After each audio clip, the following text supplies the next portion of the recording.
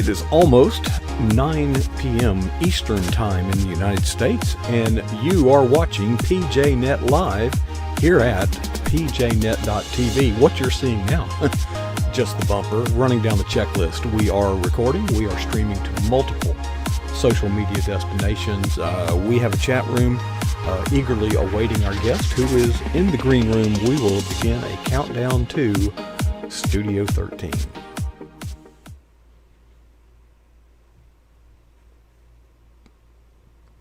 Well, good evening and welcome to Tuesday night here at pjnet.tv.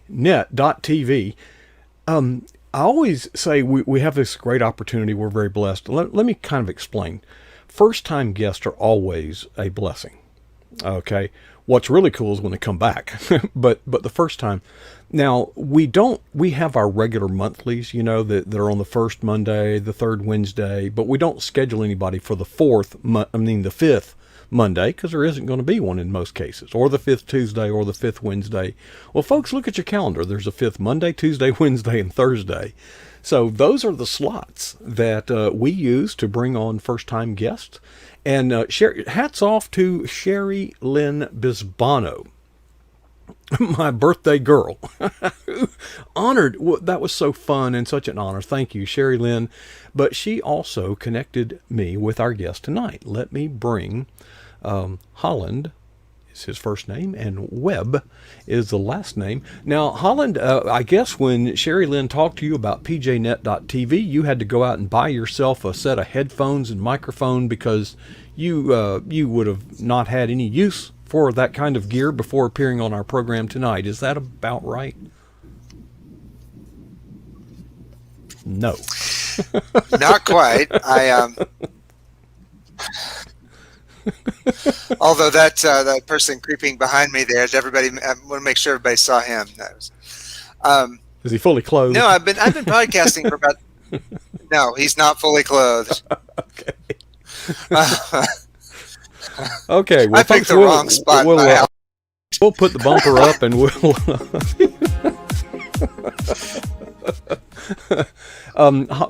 in case you didn't get the way for that now. It's a little late for that. Yeah. You shut the barn, you shut the gate after the horse is out. That's right. Holland is a regular podcaster, folks. Now, I was speaking to you earlier, and now, folks, this podcast, Holland, you freely admit this is not a faith-driven thing, but it is nonetheless a story about you, your life, and in fact your ministry. So how did the podcast thing get going? You've been at it for some while.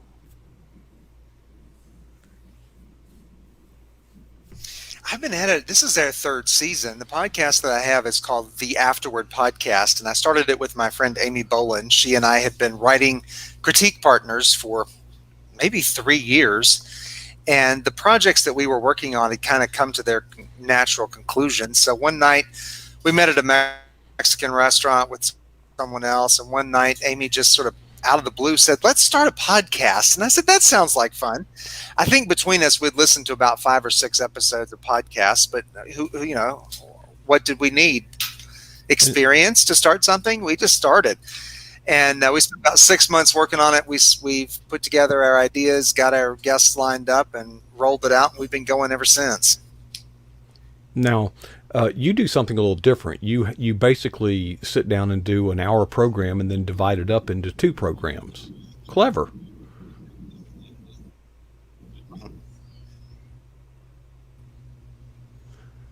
Folks behind me, you will see. Thank you.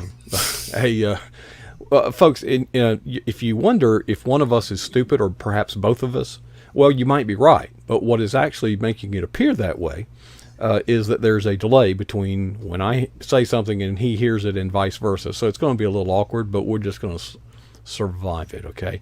Behind me, you see the book cover, Adventures in Fatherhood. Now, I read several things, I forget where, but you were the recipient of an important phone call some time ago.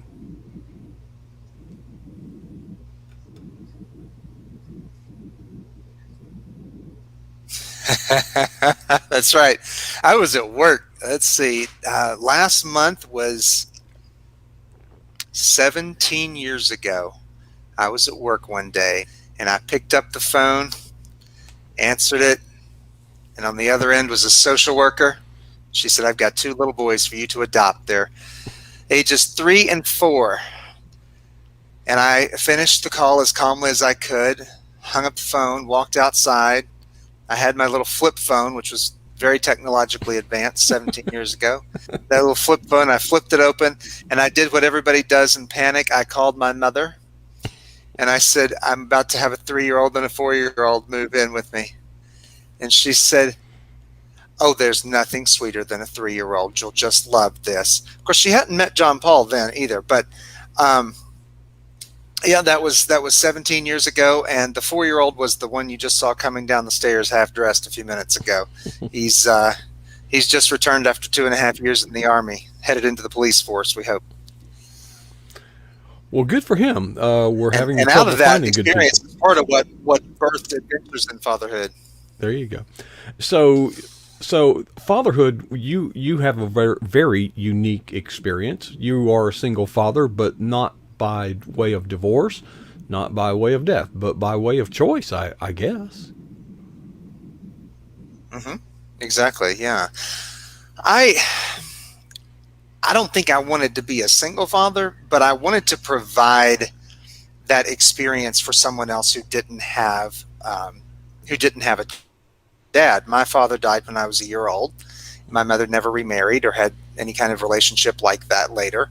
And so, growing up in church culture in the 80s and 90s, that was still kind of an unusual thing.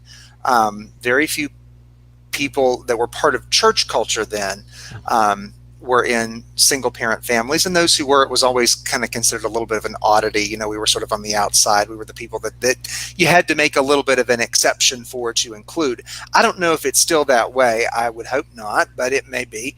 And so I understood to some degree what I'd missed, and I wanted to be able to provide it for someone else.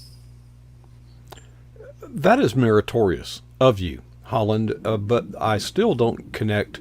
Why did you feel compelled to write a book, and what's in the book?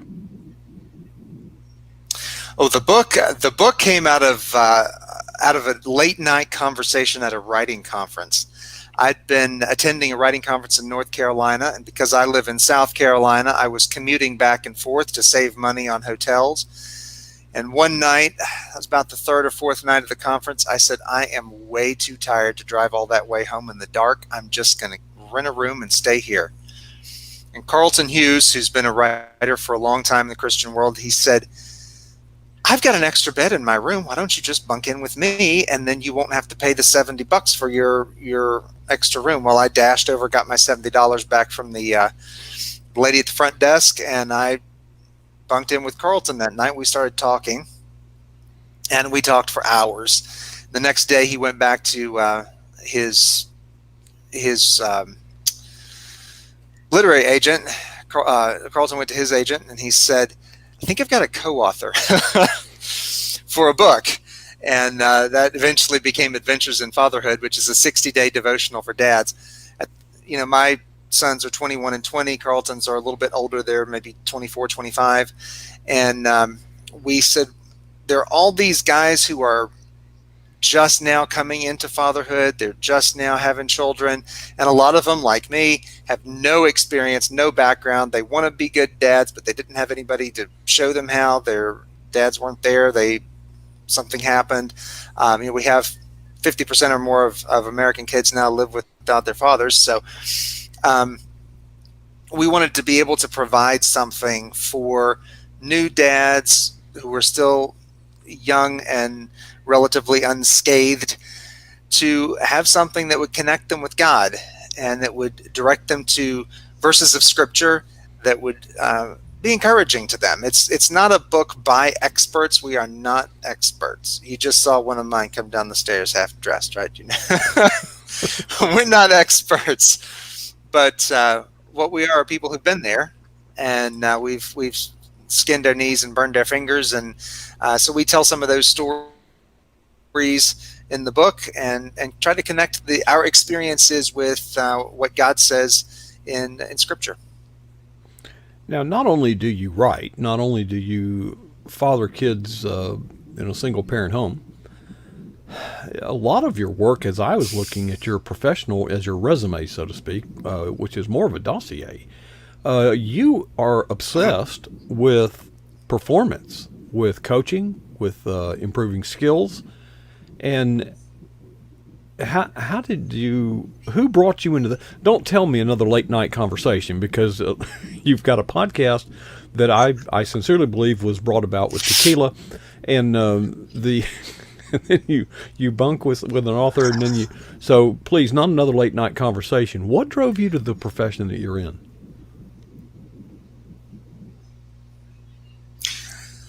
I had spent about 15 years working in nonprofits and schools, and decided I wanted to do something different for a while. So if I'm really going to help out these nonprofit organizations I've been working for, I need some more skills. So I'd like to make a transition into working for a company. And the one company that I knew that was hiring writers in my town at the time was a content marketing firm that worked with some national and international hotel brands. So my first job was rewriting websites for the Country Inns and Suites. And it had to be the most tedious writing job anybody ever undertook.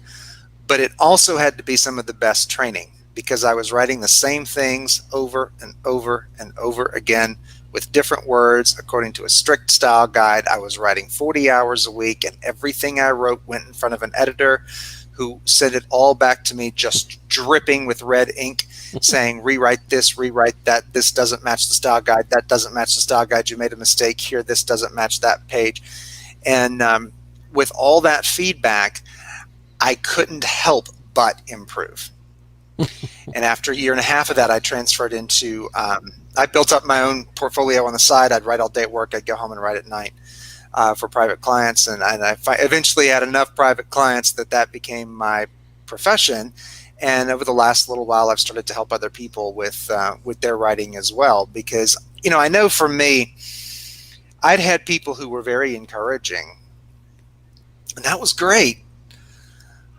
But until I had someone who was willing to say, this really isn't as good as it needs to be, and you've got to up the game a lot. I didn't have to improve. So I didn't really, until I had an editor who shoved me a lot harder than I wanted to be shoved, up the skills ladder as a writer. She really took me from being able to write and make a little bit of money to being able to write and make a full-time living at it. And she wasn't the nicest person in the world, but I'm eternally grateful that she was willing to drag, kick, whatever she did, generally harass me from this point to this point, so I could get what I needed to do. And it was her, and and I would like to provide that for other people. I've had a few folks who didn't appreciate it, and I've learned to scale back a little bit, but it was that kind of military mentality that she had that pushed me so hard forward. If everybody had been gentle and encouraging, as rewarding as that would have been, I would not really have improved. Well, they say before I wish I would have. It has been said that before you can truly be a mentor, you must first be a tormentor.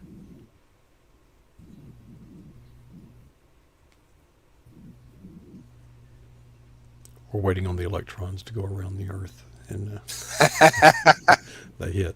Okay. Yeah. Holland, I realize that you may not be able to share very much about it due to the topic, but you are doing ghostwriting, and ghostwriting, a lot of people don't even know what that is. A lot of people don't know just how rewarding it is. It's just not sexy.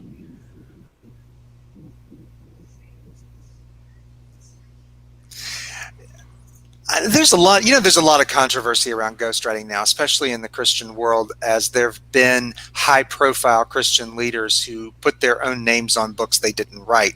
A ghostwriter did all the work for them, and there's been some controversy around that, particularly as people may not have been experts in the area that they said they were. Their ghostwriter was the expert. I think most people who use ghostwriters, it's more of a partnership. At least it has been for me. And that is, someone has an idea they want to convey. They know the points they want to get across. They hire me or another ghostwriter to help them do that. It's about putting the language around someone else's ideas and helping them to build it into publishable quality work. So when I was ghostwriting for a columnist on Inc., I would come up with an idea, I would pitch it to him, he would give it back to me and either say yes, no, or let's make some edits to it. Eventually, between us, we would come up with something we thought was good. We would pitch it to the editors at Inc. Sometimes they took it, sometimes they rejected it. By that point, we would have developed an idea. He would say, here are the main points. I would write it. He would come back with all kinds of changes. I would rewrite it. We would send it to our editor. He would rewrite it.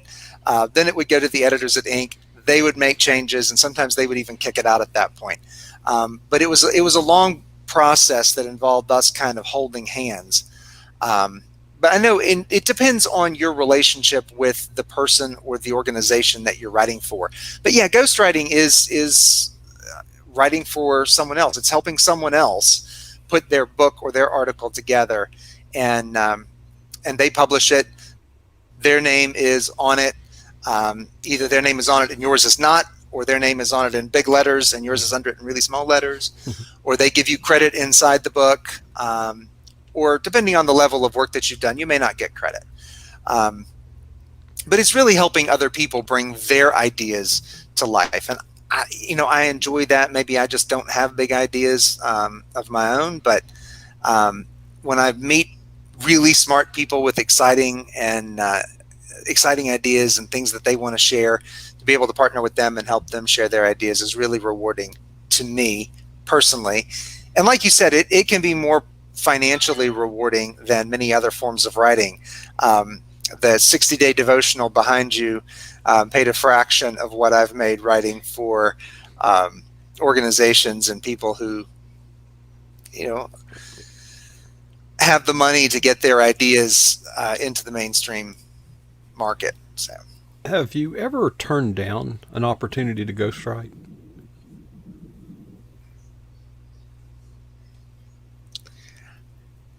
I don't know that I have. I've seen jobs I haven't applied for because either they didn't pay well, or I didn't think I was qualified, or sometimes there was a while that the cannabis market, once that became legal, they were looking for writers, and I just didn't apply for those. Mm-hmm. But I never had anybody come and say, we really want you to write for us. And I said no on like moral grounds. I just haven't had anybody from an industry that I thought was promoting evil ever ask me. Maybe they see the Christian ministry degree on LinkedIn and they just click on down to someone else. But most of the people that I work with, frankly, are not Christians. Most of the people I work with are either some other religion or they're not religious. But their ideas are not. Their ideas have to do with mainstream business and entrepreneurship and management and those sorts of things. It's not pagan. Like I say, there was the time.